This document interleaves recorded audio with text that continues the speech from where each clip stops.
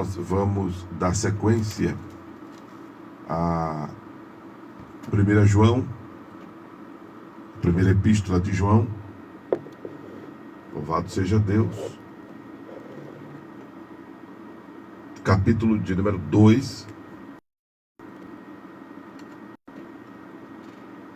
versículo 18 em diante. 1 João capítulo 2, versículo 18 em diante. Nos diz a palavra do Senhor: Filhinhos, é já a última hora, e como ouvistes que vem o anticristo, também agora muitos se têm feito anticristo, por onde conhecemos que é já a última hora. Saíram de nós, mas não eram de nós, porque se fossem de nós, ficariam conosco. Mas isto é para que se manifeste que não são todos de nós. E vós tendes a unção dos santos, vós tendes a unção do santo, e sabei tudo. Não vos escrevi, porque não soubesseis a verdade, mas porque a sabeis, e porque nenhuma mentira vem da verdade. Quem é mentiroso, senão aquele que nega que Jesus é o Cristo? É o anticristo, esse mesmo que nega o Pai e o Filho. Qualquer que nega o Filho também não tem o Pai, e aquele que confessa o Filho tem também o Pai. Portanto, o que desde o princípio ouviste, permanece em vós. Se em vós permanece o que desde o princípio ouvistes, também permanecereis no Filho e no Pai. E esta é a promessa que Ele nos fez, a vida eterna. Estas coisas vos escrevi acerca dos que vos enganam. E a unção que vós recebestes dele fica em vós, e não tendes necessidade de que alguém vos ensine. Mas, como a unção que vos ensina todas as coisas, e é verdadeira, e não é mentira, como ela vos ensinou, assim nele permanecereis. E agora, filhinhos, permanecei nele, para que quando ele se manifestar, tenhamos confiança e não sejamos confundidos por ele na sua vinda. Se sabeis que ele é justo, sabeis que todo aquele que pratica a justiça é nascido dele. Louvado seja o nome de Jesus Cristo. Amém, amados? Louvado seja Deus. Bem, chegamos a essa última parte do capítulo 2 de 1 João, conforme eu disse na abordagem anterior, que o dividiríamos por conta do capítulo ser grande, né? E, coincidência ou não, esse outro montante do texto se refere a um assunto diferenciado do que, de fato, abordamos na primeira parte. João aqui, ele, inclusive, né, que é ele quem escreve o livro de Apocalipse, ele já começa aqui com uma veia apocalíptica, se referindo ao anticristo. Antes, o prefixo, né, é tudo aquilo que é contrário, que é oposto. Anticristo, que é contrário a Cristo, que é oposto a Cristo. O anticristo é um personagem maligno que se manifestará propriamente dito no período da grande tribulação. A gente vai estar abordando com mais especificidade sobre este elemento do mal, que é o anticristo, propriamente dito no livro de Apocalipse, lá pelo capítulo, deixa eu conferir aqui com vocês, capítulo número 13, se eu não me engano. É nessa mediação aqui, né? Capítulo, deixa eu folhear aqui a escritura para ser preciso com vocês. Nessa mediação, capítulo de número 13 em diante. Então, o anticristo, ele, como acabamos de dizer, é esse personagem do mal que será opositor a tudo que se refere a Jesus Cristo, o verdadeiro Filho de Deus. Quando nos referimos a Jesus ser Filho de Deus, é exatamente pelo fato de que Jesus é o nome dado ao corpo que Deus criou para si, para habitar entre nós. Conforme está escrito em João capítulo 1, verso 14, que o Verbo se fez carne e habitou entre nós e vimos a sua glória como a glória do unigênito do Pai. Porque em João capítulo 1, verso 18 diz que Deus é Espírito e jamais Deus foi visto e jamais será visto pelo ser humano. E aí o escritor aos Hebreus diz: corpo me preparaste para fazer, ó Deus, a tua vontade. Não é? Então, Jesus é o nome dado ao corpo que Deus criou para habitar nele, para salvar-nos, para através deste corpo derramar sangue por nós, conforme está escrito em Lucas, em Atos dos Apóstolos, aliás, que Deus derramou seu sangue, né, por nós. Como Deus derramar sangue? Se em Lucas 24 ele diz que o Espírito não tem carne nem osso. Entende? Para muita gente entender fica difícil porque se acomodou a teologia trinitariana, né, como eu expliquei da abordagem anterior. Mas, em resumo,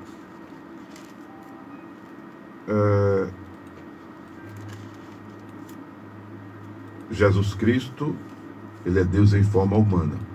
O anticristo, ele vem para fazer exatamente esta negação, conforme acabamos de ler aqui em João. O anticristo vem para fazer esta negação. O versículo que eu estava citando de Atos é o capítulo 20, versículo 28. Para apacentar a igreja de Deus que ele resgatou com o seu próprio sangue. Como Deus derramaria sangue se ele é Espírito? Entende, amados? Bem, tenho explicado por diversas vezes o fato de que Jesus é Deus em forma humana. Não é uma segunda divindade. É Deus em forma humana. O anticristo vem exatamente para negar isto. Entre tantas manifestações do anticristo, mas vamos focar aqui nessa que é a sua característica maior, porque o anticristo, amados, na grande tribulação, ele, que é a figura da besta, a figura da besta que emerge da terra e do mar,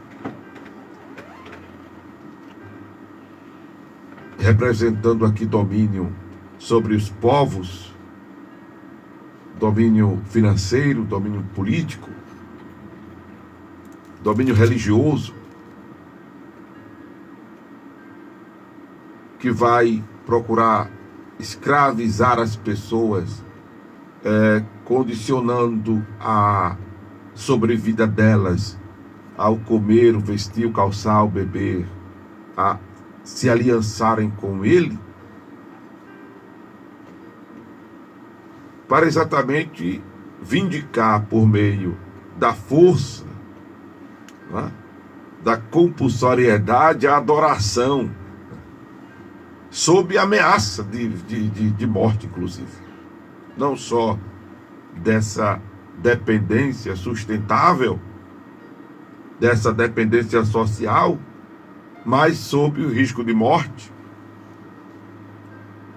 para que as pessoas o venerem, para que as pessoas neguem o Cristo verdadeiro, aquele que na ocasião já terá se manifestado, inclusive pelo arrebatamento da igreja, porque ele vai reinar, propriamente dito, no período da grande tribulação. E eu sou crente, como a maioria dos cristãos, que a igreja não passará pela grande tribulação, não? E que a grande tribulação, ao contrário, se desencadeará depois do arrebatamento da igreja. Estamos falando da grande tribulação, porque tribulação por tribulação a gente já vive, né? Tribulação é o ápice da tristeza, é o ápice dos conflitos. Não tem a depressão, que é algo mais grave que uma simples tristeza, porque de uma tristeza profunda, porque depressão não é uma tristeza profunda. Tá? Depressão é uma desregulação cerebral, hormonal, que mexe com as nossas emoções. E depressão, que nos empurra para baixo. Tá? É mais do que uma tristeza profunda. As pessoas que vivem em depressão, elas perdem o brilho da vida. Para ela é como se o ambiente estivesse, o ar estivesse em cinzas. Né? A pessoa fica com o que diz os psicanalistas, pulsão de morte. O negativismo impera, o desleixo impera. É mais do que uma tristeza profunda, a depressão. A grande tribulação é muito mais grave do que os conflitos, as tristezas, as aflições, as angústias, a turbulência. É muito mais grave que essas realidades que a gente vivencia em nossos dias. É o pânico instalado, de fato, não apenas ilusório, não apenas imaginário, não apenas fictício, mas real. Porque neste período os homens sentirão dores como que uma picada de escorpião, desejarão a morte e a morte fugirá deles. Nesse período, terça parte do mundo animal, do mundo vegetal, estará queimado, então o ar estará poluído. Neste período, terça parte da água potável estará contaminada. A escassez de água vai ser grande. Estamos vendo, eu não sei até que ponto real, um esforço de algumas autoridades mundiais se empenhando em diminuir a poluição da terra. Não sei até onde vai esse movimento de verdade eu não sei, porque a gente não vê nada acontecer efetivamente, não é? Está acontecendo, por exemplo, no período que eu estou fazendo essa ministração, a POP 30 aqui no Brasil, em Belém do Pará. Porém, representantes de duas grandes nações mais responsáveis pela poluição do planeta, um não veio, o outro mandou um representante. Aí a gente fica realmente, não só apenas por causa desses dois, mas tantos acertos que já foram feitos, tantos tratados que já foram assinados, e nada progride, nada vai para frente. Por que tudo isso, pastor? Não é nem tirando proveito da profecia que eles estão fazendo, porque eles nem se debruçam sobre a profecia. Alguns nem creem. Não é? Mas é porque o que está escrito vai acontecer. Porque a profecia, ela não é de um ambientalista, ela não é de um ativista. A profecia, ela é bíblica. A profecia, ela é escriturística. E a escritura é divinamente inspirada. E ela não é praga divina, ela é anúncio divino. Porque Deus não roga a praga. Deus é onisciente, Ele sabe o que vai acontecer.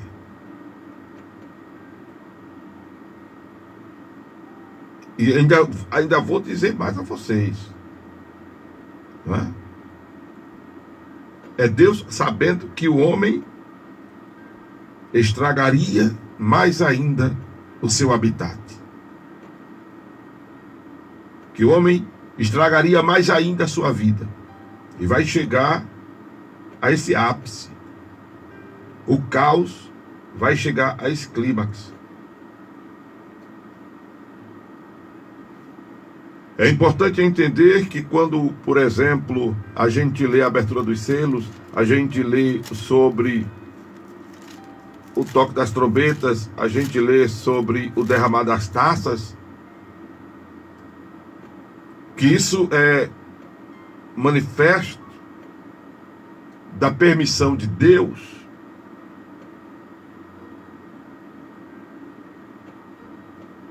em consequência às atitudes pecaminosas da humanidade.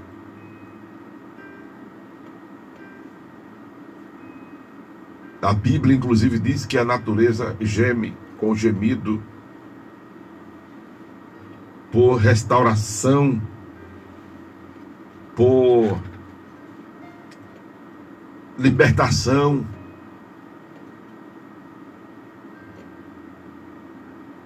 Dessa destruibilidade, eu quero dizer uma palavra aqui, destruibilidade causada pelo homem. Né? Porém, o foco do anticristo é cada vez mais afastar o ser humano de Jesus. O propósito do anticristo, quando ele estiver reinando propriamente dito lá na frente, é afastar cada vez mais o ser humano de Jesus, que é a solução, que é a saída. que é o nosso refúgio, a nossa fortaleza, é o nosso salvador, é o nosso resgatador, é o nosso redentor, é o nosso remidor. O foco dele será pela compulsoriedade, como diz, pela chantagem, pela desassistência social e pela ameaça de morte, fazer com que as pessoas o adorem. Porém, João já adianta que o movimento do anticristo é exatamente fazer com que as pessoas sejam incrédulas à soberania de Jesus, sejam incrédulas à deidade de Jesus, neguem que Jesus é Deus. Apenas vejam Jesus como um espírito evoluído, apenas vejam Jesus como um líder religioso em destaque, apenas vejam Jesus como um ser humano influente da sua época, vejam Jesus apenas como um revolucionário, vejam Jesus apenas como um qualquer. Vejam Jesus apenas como um ser humano. Vejam Jesus como um qualquer. Mas Jesus não é um qualquer. Jesus é o Verbo que se fez carne. Jesus é o Emanuel. Jesus é Deus conosco. Jesus, ele é aquele em quem habitou em quem habitou corporalmente toda a plenitude da divindade. Jesus, diz João, é o que desde o princípio vimos com os nossos olhos e que foi contemplado, né, por eles, e as mãos tocaram a palavra da vida.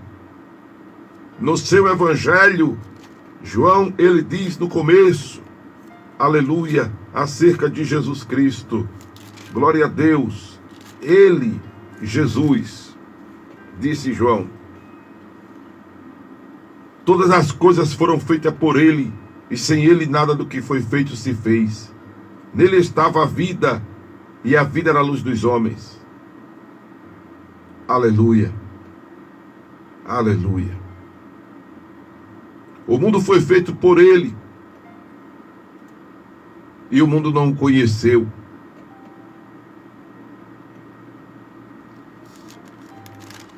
São essas as declarações de João sobre a pessoa de Jesus Cristo. O Verbo que se fez carne e habitou entre nós, e vimos a sua glória como a glória do unigênito do Pai. Louvado seja o nome de Jesus,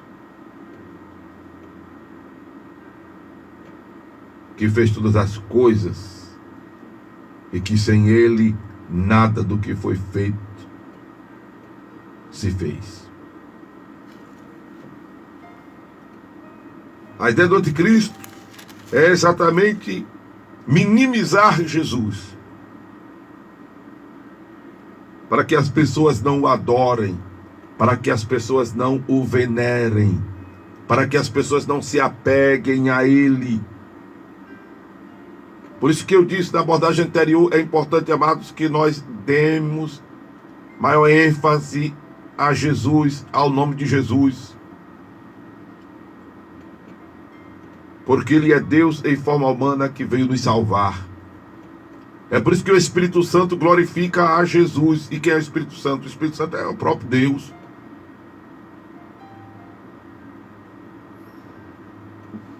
Nos conduzindo a essa sua manifestação visível, palpável. Porque é essa sua manifestação que está atrelada à nossa salvação. É esta manifestação visível, palpável, que está atrelada à nossa redenção.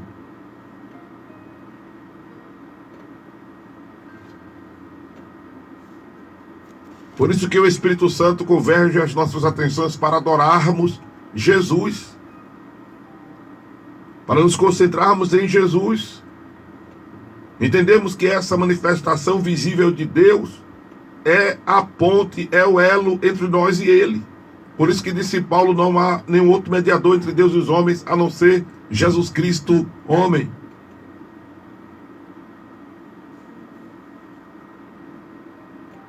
Louvado seja o nome de Jesus. Em outro momento, Paulo diz, se eu não me engano, escrevendo aos Tessalonicenses, ele diz que o espírito do anticristo já reina. Por que o espírito do anticristo já reina? Porque o espírito aí é a filosofia, é o pensamento. Porque a palavra espírito se refere a vento, não é? A sopro. Espírito, a palavra espírito se refere a essa subjetividade, a palavra espírito, né? A esse movimento invisível, tal. Aí, quando ele se refere ao espírito do anticristo, ele se refere a essa atuação. Por quê? Qualquer palavra, qualquer ensinamento que contraria os ensinamentos de Jesus, que contraria a deidade de Jesus. Quando me refiro à deidade, estou dizendo que Jesus é Deus. Jesus é mais do que celestial. Celeste é que veio do céu. Divino é que veio de Deus. Jesus é mais do que celeste, Jesus é mais do que divino. Jesus é o próprio Deus. Em forma humana. Em forma humana. E qualquer movimento que minimize isso, qualquer doutrina que minimize isso, é inspiração do anticristo, é espírito do engano.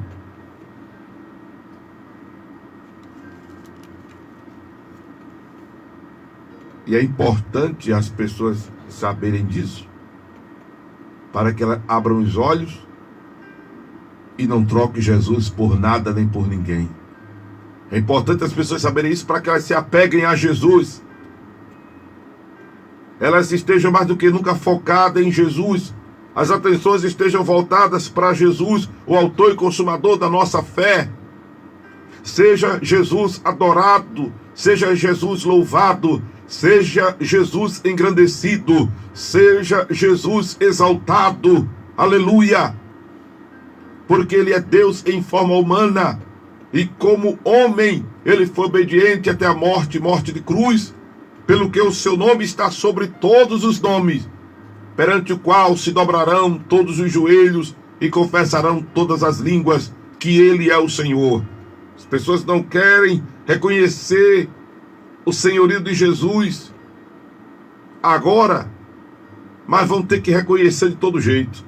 Porque todo joelho vai se dobrar diante dele, toda língua vai confessar: tu és o Senhor. Porém, para muitos já será tarde demais. Mas vão ter que reconhecer.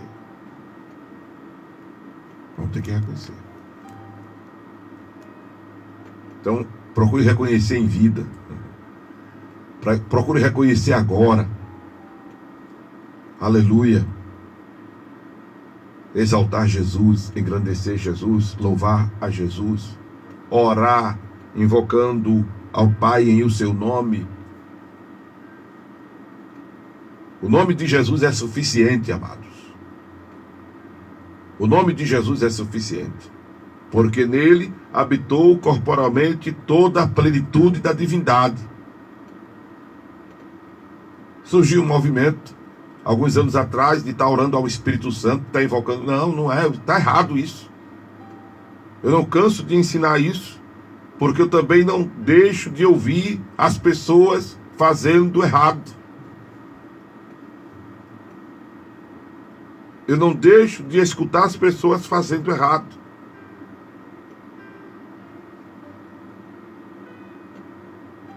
Ou elas não me escutam, ou não escutam os pastores que ensinam certo, ou não estão nem aí.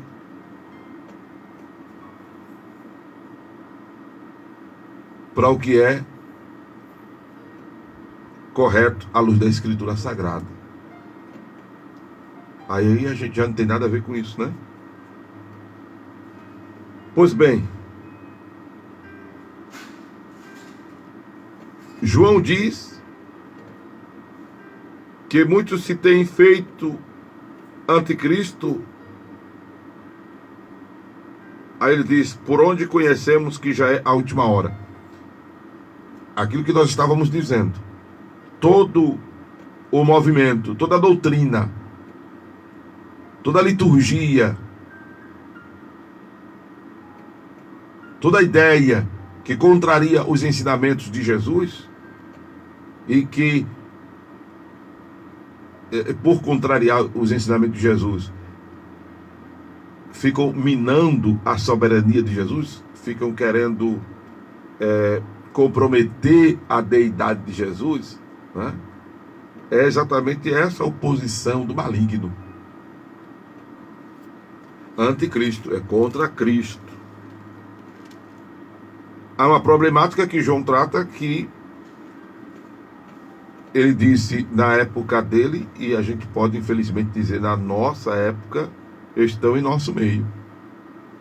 Estão em nosso meio. E o meio que João fala não é porque são contemporâneos. O meio que João fala não é porque simplesmente estão no mundo, estão dentro do planeta Terra, né? João fala do estar no meio, se referindo a exatamente o circuito religioso. Usam Bíblia.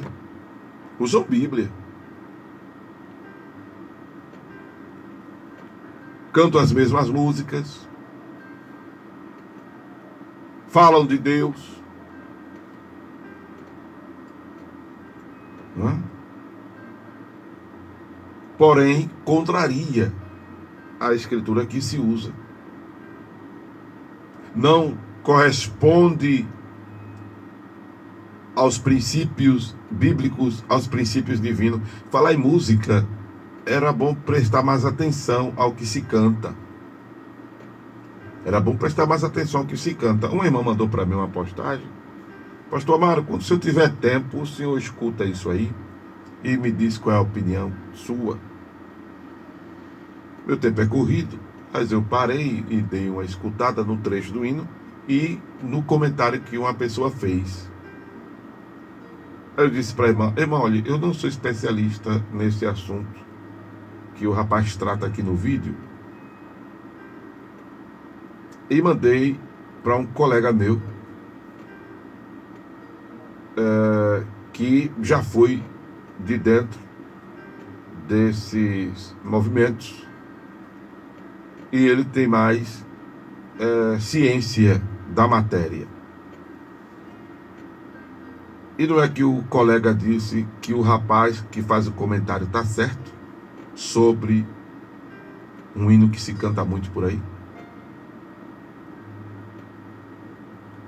E pasmem, ele se referia à invocação de entidades. A letra do que chamam de hino, aí ele disse: não tem nada de hino, Amaro. Aí está a letra da música. Tem a ver com a invocação de entidades. Aí eu disse: mas rapaz, como é que... inclusive eu nunca cantei esse hino, não é por nada, eu não sei porquê, mas glória a Deus por isso. Tem uns hinos que não me entram, irmão. Eu não consigo sequer decorar a letra deles, não consigo cantá-los. E não é a primeira vez que acontece isso no cenário gospel. Não é a primeira vez. Então temos que ter muito cuidado com aquilo que a gente está cantando, com aquele movimento que a gente está participando. Tem uns manifestos, né, que acontece, isso tem sido incorporado ao movimento neopentecostal, uns manifestos que têm acontecido e a gente fica olhando assim, ai meu Deus, antigamente a gente não via isso no nosso meio, né? Hoje a gente está vendo. E aí a gente para, eu me lembro, irmão, de já ter visto, perto de mim, eu discerni, né? E repreender mesmo, porque eu vi que era manifestação maligna, uma língua estrambólica, não era nem estranha, era estrambólica, a pessoa falava e com um manifesto físico que eu dizia, eu já vi isso em outros lugares, não de frequentar, mas de ver, de passar, de ver, até porque tinha muitos locais espalhados na comunidade. Eu digo, isso não é de Deus. Isso não é de Deus. Então a ideia do anticristo é proporcionar essa aversão a Jesus. Aí João diz, já estava em nosso, eles estavam entre nós, não eram nossos. E se afastaram e saíram de nós exatamente porque não eram nossos, disse João.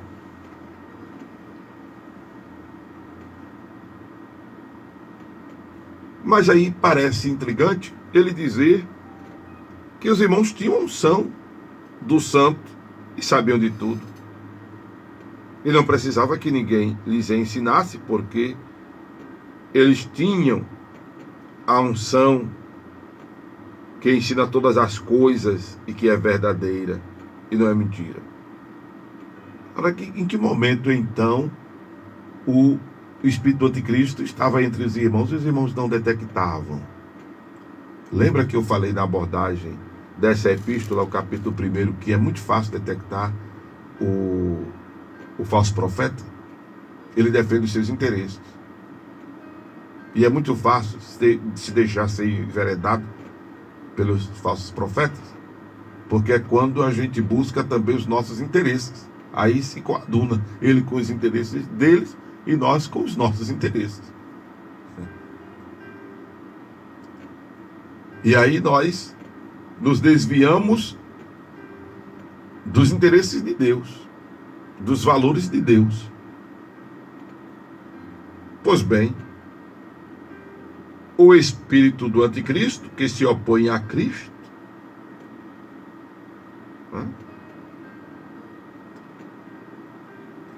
não era logo detectado, porque havia aqueles que já tinham pé atrás,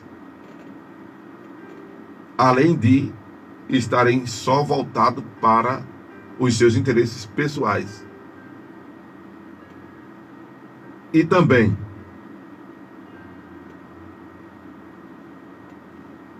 os irmãos não faziam logo um movimento de protesto contra esses que tinham manifesto ou o espírito do anticristo,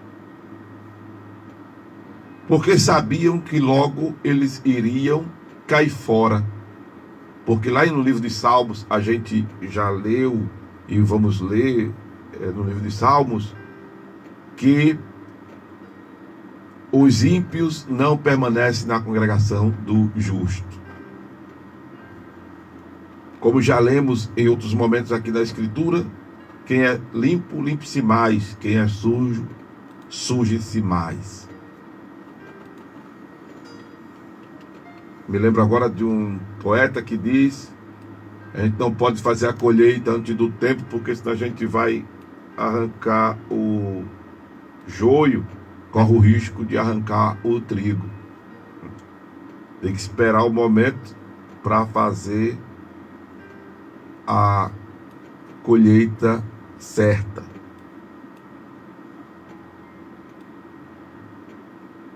Mas aí João já diz, deixando bem claro, que aquele que nega o filho não tem o pai.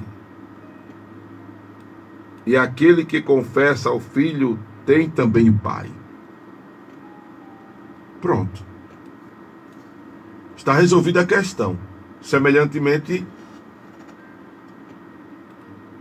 a fala de Jesus, quando ele diz lá no capítulo de número 7 de Mateus, que não devemos julgar ninguém. Porém, no mesmo capítulo diz que é pelo fruto que se conhece a árvore. Louvado seja Deus. Mas é importante que abramos os nossos olhos para essa verdade. Por isso, amados, é importante entender essa soberania de Jesus, essa grandeza de Jesus, compreender sobre a deidade de Jesus, para que não abramos mão dele por nada nem por ninguém. Para que nos apeguemos a ele com todas as nossas forças e não desistamos dele por nada. Se você pensar assim, a partir desta palavra, o que você ouviu ao seu ouvido foi a voz de Amaro Correia, mas o que você ouviu em seu espírito foi a voz de Deus, a voz do divino.